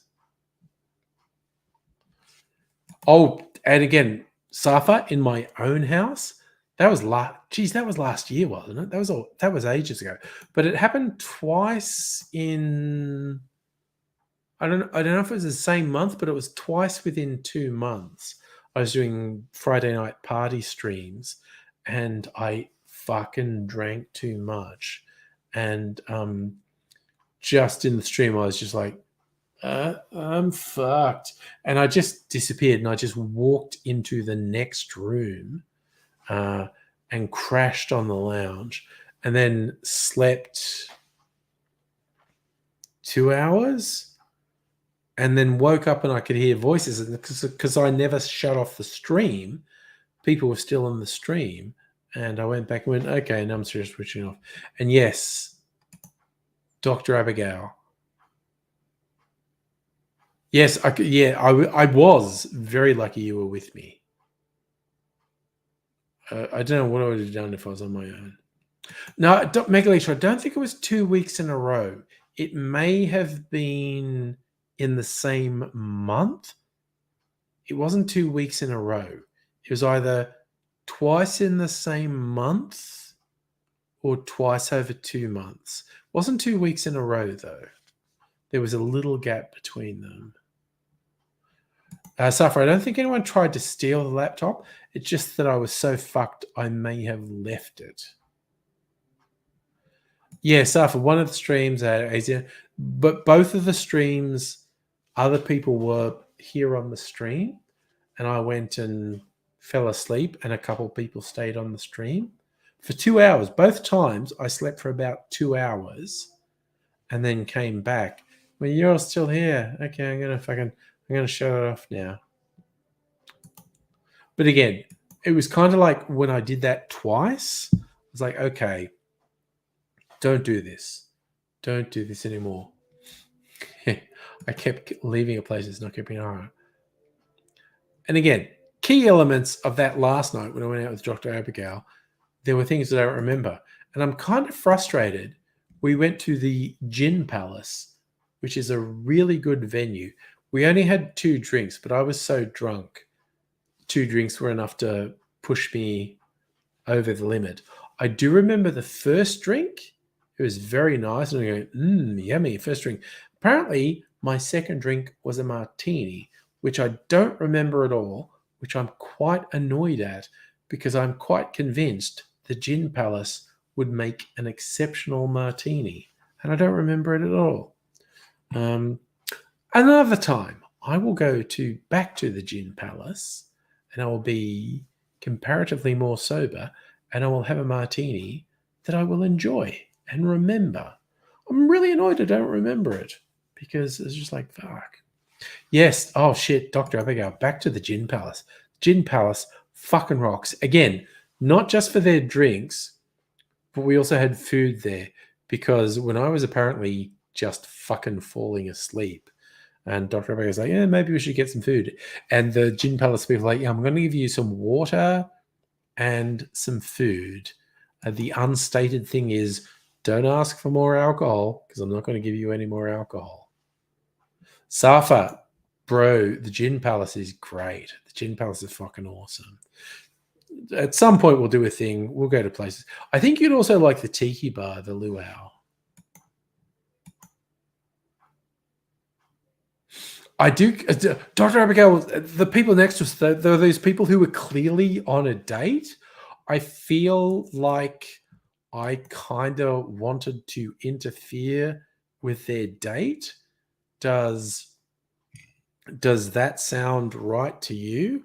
That I was kind of wanting to fuck around with these people who are having a date? Yeah, Safa, you would like this tiki bar called the Luau.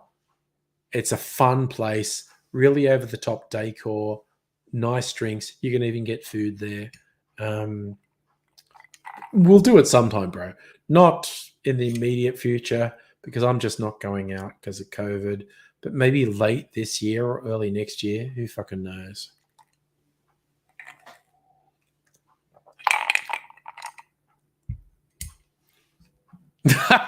Sorry, that's excellent, Dr. Abigail. No. Group, they were just hanging out. Two dudes on the date wanted nothing to do with us. I kind of remember people on a date wanting nothing to do with us, but me still wanting to fuck with them anyway. I just remember some people who were clearly on a date and me having an impulse to fuck with them and them wanting to pretend I wasn't there, which honestly, they were in the right and I was in the wrong. I think that's fair to say. They were in the right and I was in the wrong. But yeah, Safa, bro, maybe in summer. I don't know. I'm not going out at the moment, is what I'm saying. So, as I mentioned earlier in this stream, Mrs. Anger and I are back to doing date night at home. Even though everywhere's open and people are going out, we're like, yeah, maybe not. Maybe not. We'll just let this current fucking COVID wave. It may or may not be at its peak already, but I feel like I'm going to wait till at least September before going out again. So if I've got everything right, and honestly, I'm all over the shop. This Saturday night is not a date night, so I'll be doing a stream this Saturday night. So that means, let's see, this Saturday is 13th, so the 20th is the date night. Who the fuck knows? Another 3 weeks, I don't know, we might actually go out again somewhere for a date night. Yeah, Safa, it's partly if it gets warmer and partly if this fucking COVID wave calms down. I don't want to get COVID again, because there's so much we don't know, but there's like medical stuff at the moment that goes, yeah, COVID reinfection, your chance of complications goes up each time. It's like, cool. I don't want to get reinfected with COVID, basically. Yeah, Safa, we may have passed a peak of this wave. I'm going to give it a while. I don't reckon I'll be going out again till September. Okay, have I finished this? I think I finished this. All right, I'm going to drink a little bit of water. What's it? 9:40. Yeah, it's okay. Drink some water. Ugh.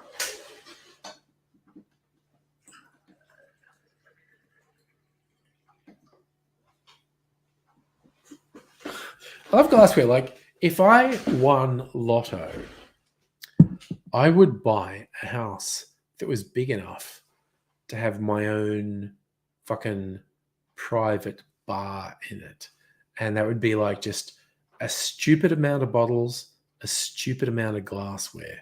At the moment, I've got a pretty outrageous number of bottles. I've got I've got a sufficient amount of glassware. I'd kind of like to have a stupid amount of glassware. But I don't have space for any more glassware. Dr. Abigail, that's a good summary. The Tiki Bar is very noisy. The Gin Palace is way more chill. Nice, quiet, spacious. The Gin Palace is a fucking great venue. People there are very good. Oh, Safa, that's another good one. A cinema room. Yes. Yes. If I won lotto, one room in the house would be a fucking cinema room. Absolutely. One room would be a bar, one room would be a cinema. That is absolutely a thing that would happen. And I'd have really nice recliners like Gold Class in Village has in my cinema room. Oh, that would be fucking wicked. And it would be a projector, not like even though you can get some very fucking big screens these days, I would absolutely be going a projector in my cinema room. Megaly, do you want a computer room for LAN gaming? And Safa wants a swimming pool. Yeah, I know. A pool's pretty good. And I'd want a bar at the pool. Sorry, I'm incorrigible. I'd want a bar in all these places.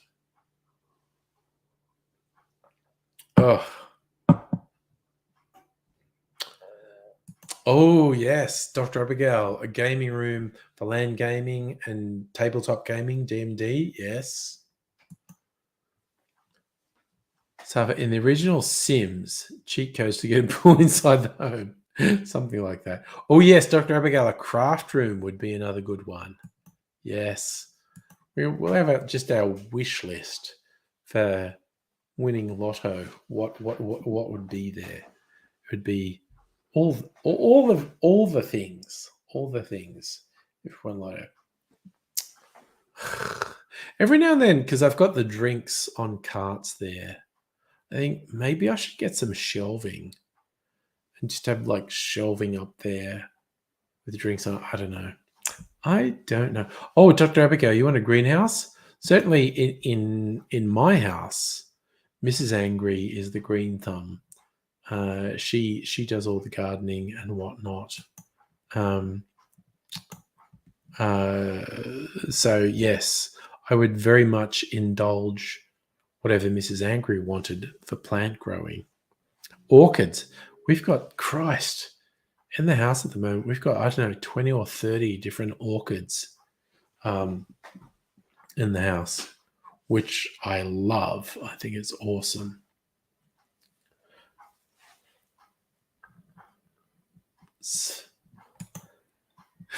Silly Cybin. Plants. Which one? Plants. Yes, I think the Silly Cybin actually doesn't need a particularly specialized greenhouse. Dr. Abigail can correct me if I'm wrong, but yeah, it's a whole thing. And again, because like I've got friends who make things and build things. It's like that would be another thing. If I won lotto, I'd just set up a big sort of maker zone. Oh, sorry, excuse me. I just got a little yawn. Oh, so creative people could make things. Christ, it's only Tuesday. Okay, and then again, I'm not particularly fucking scuttered. I'm kind of in Tim Smith territory tonight. Not really scuttered. Oh, excuse me. Get the gas out. But yes, I would love to create environments for creators and builders and whatnot. Dr. Abigail, when capitalism collapses and we form our own commune, yes, we have zones. And I love this. I've seen this online. People talk about, particularly in the US, you get these idiots to talk about, the collapse and post-apocalypse. And their entire theory is to have guns. And they're fucking morons and they'd be dead in the first couple months. Proper post-apocalypse prepping, you have people who are horticulturists and farmers. You have people who know sewing and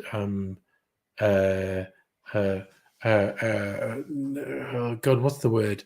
Acrylics is the wrong word. But you need people who are crafters. You need people who know leather working. You know, people who know sewing. You need people who know knitting. You know, people who know growing and keeping seeds and preparing for the fish. Guns will help you for 3 to 6 months, and then you're fucked. And yes, Megaleech, smithing is another one.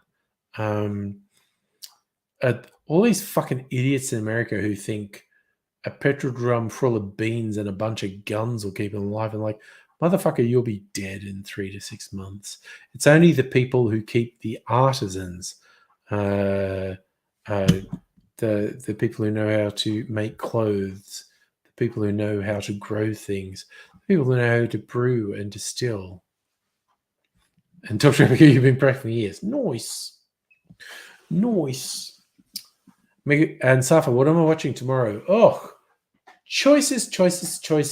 I notice on my streaming service there's a new series of Reservation Dogs, which is a series that Taika Waititi has produced. It's about some young folk on a Native American reservation. Season 1 was very good. Season 2 has just become maybe only a couple episodes. I don't know if they've done the whole season or they're doing it one episode week by week. So sometime soon, Mrs. Angry and I will start looking at Reservation Dogs, Season 2. We are working our way through the most recent season of The Orville. I think we've watched like 5 out of 10 episodes. I think there's a new season of Lock and Key starting on Netflix, which we like. We were also watching Only Murders in the Building, which is on Stars, which is on Disney Plus. Mrs. Angry might be interested in watching She-Hulk, which I think starts in a week or two. Kind of looks funny because She-Hulk was like a spoof satire comic from the 80s. And from the looks of it, the series they're making of She-Hulk is leaning heavily into the silly satire side of things. So that could be fun. She-Hulk might be fun. That's starting in a week or two, I think. And of course, I think there's another Star Wars series happening in the next month or so, Andor, which looks cool because that's the prequel to Rogue One, which is the best of the new Star Wars movies. So I'm very interested to see what they do with that. And Mrs. Angry's not really into Game of Thrones, but House of the Dragon is starting in a couple of weeks. And yeah, Safa, yes, the right wingers make no sense at all, and they hate She-Hulk without having seen it, which just shows that they've never read the comics. The She-Hulk comics were comedy and satire, and it looks like the She-Hulk series is leaning very heavily into the comedy and satire. So I'll give it a go. It looks like it might be fun. Who knows? Won't know until we'll see it. But we'll see. Yes, Safa, House of the Dragon. Matt Smith is one of the lead characters, one of the Targaryens in House of the Dragon. And again, that might suck balls. Who knows? Might be good. And the Lord of the Rings, well, yeah, the Tolkien Rings of Power series is in the next month or so. That might be good. Might suck balls. Who knows?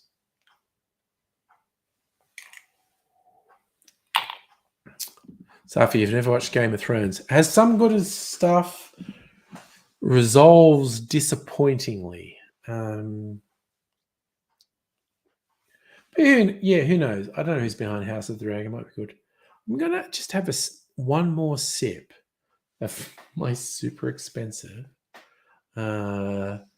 Bakery Hill whiskey.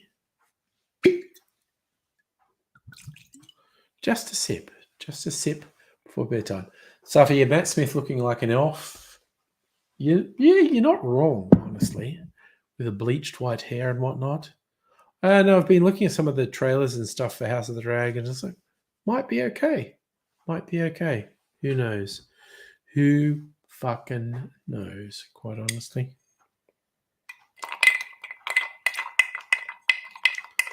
I'm a big believer in don't judge stuff before you see it, because there's a very bad trend that's gotten worse over the last 10, 20 years of judge something before you see it.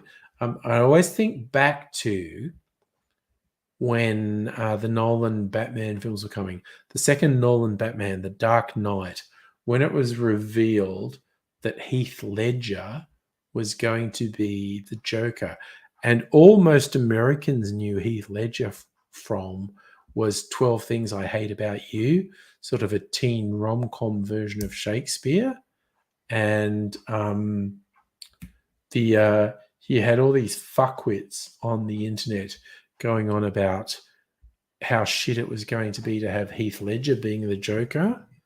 And of course, anyone who doesn't think Heath Ledger kicked ass as the Joker is a fucking moron. So if you say Ezra Miller seems to be a complete fuck up, although his Flash movie is still supposedly coming out in the next year or so. Who knows? Yeah, Dr. Abigail, this is I'm taking just the tip of the Bakery Hill whiskey. So what is that? It's like light and sweet.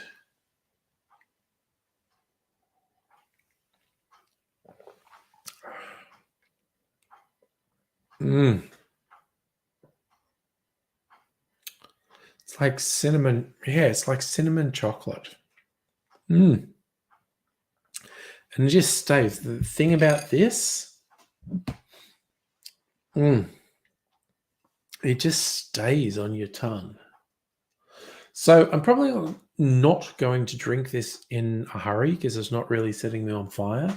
So I'm not sure if Kirsten stayed on the tweet or wandered off. But Kirsten wants to know what this is like.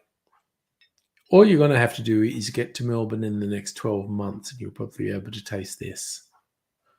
Because I am not going to drink that in a hurry. I'll keep it there. But I think either maybe tomorrow, kind of more likely on Friday or Saturday night, particularly Dr. Abigail, if you want to come over on Saturday night and we'd do a huge fucking whiskey taste off, which would be ridiculous. That might be Saturday night. We might do a big whiskey taste off on Saturday night. Whole bunch of whiskeys which should theoretically taste super different, which I thoroughly believe I won't be able to tell the difference between. Friday or Saturday, okay, Dr. Abigail, we'll talk about Friday or Saturday night. It's kind of like what works best for you. I'd actually lean towards Friday. If you want to come over on Friday, I'd lean towards Friday. We'll see. We'll see.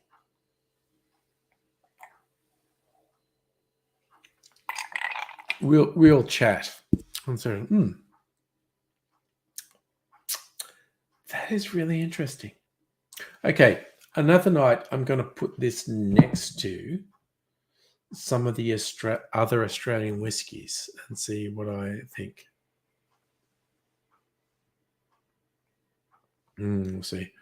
Safa, who's going to replace Tim Smith? Okay, I reckon Tim Smith's seat, because he's got disendorsed by the Liberal Party in the next state election. I think Tim Smith's seat will be lost to the Liberal Party, either to an independent or Labor. But the Liberal Party were running some fucking off her trolley turf in the western suburbs. And I don't think she's going to get in. Who knows, man? On the one hand, I'd say trying to predict the future is a mug's game and whatnot. And then I repeatedly try to predict the future, which I assume just means I'm an idiot. But I think Tim Smith's seat, the Liberal Party won't retain it at the next election.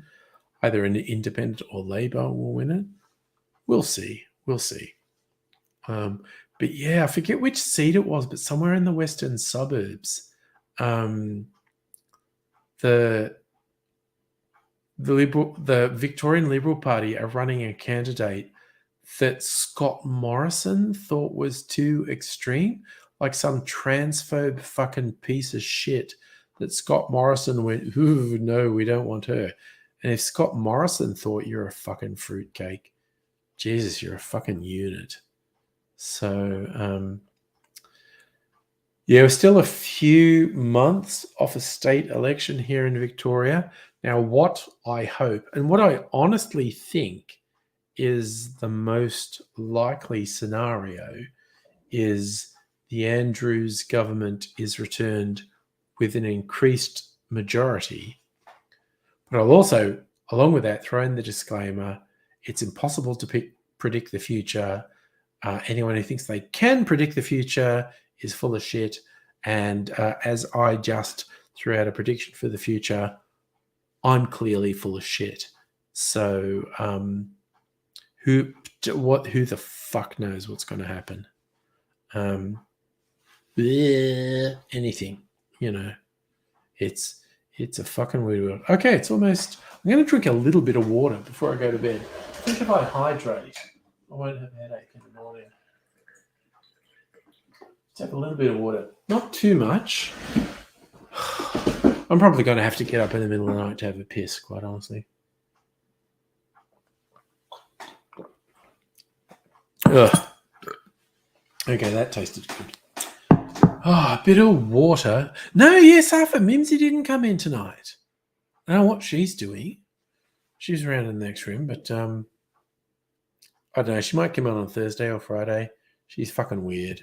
Hey, I still haven't eaten my cherry tonight. What flavors? Oh my God. Sorry, I think someone else is... Mrs. Angry's still awake. Mimsy, come back. Meow, meow. Come up here. Come up here and say hello. I thought Mrs. Angry had gone to bed, but I don't think she has because she just heard me saying no Mimsy yet tonight.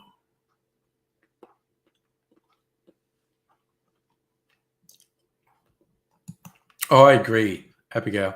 Convinced the right wing of the incels water's a girl's drink. Watch them die of dehydration. Mimsy, come up here. Say hello to everyone.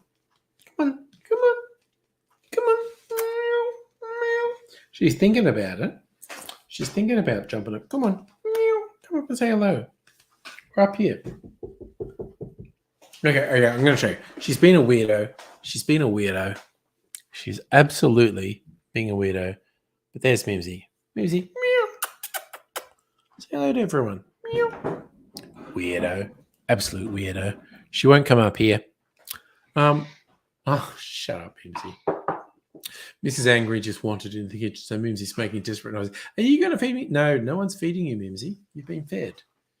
You're obnoxious. Seriously. Okay, so it's like 10. I'm going to go to bed. I hope all you fine people look after yourselves. I am going to go to bed now. Well, I don't know, Mrs. Angry and I, we might watch the Orville. Again, I'm enjoying the Orville. We're 4 or 5 episodes into the 10-episode season. I find the Orville enjoyable, but very unsubtle. But it's still fun. We might watch the Orville. We might watch... I think we've probably got an episode of What We Do in the Shadows. Maybe an episode of Only Murders in the Building. maybe some reservation dogs. But anyway, probably back on Thursday night. So you all take care, and I'll see you another time. But I'll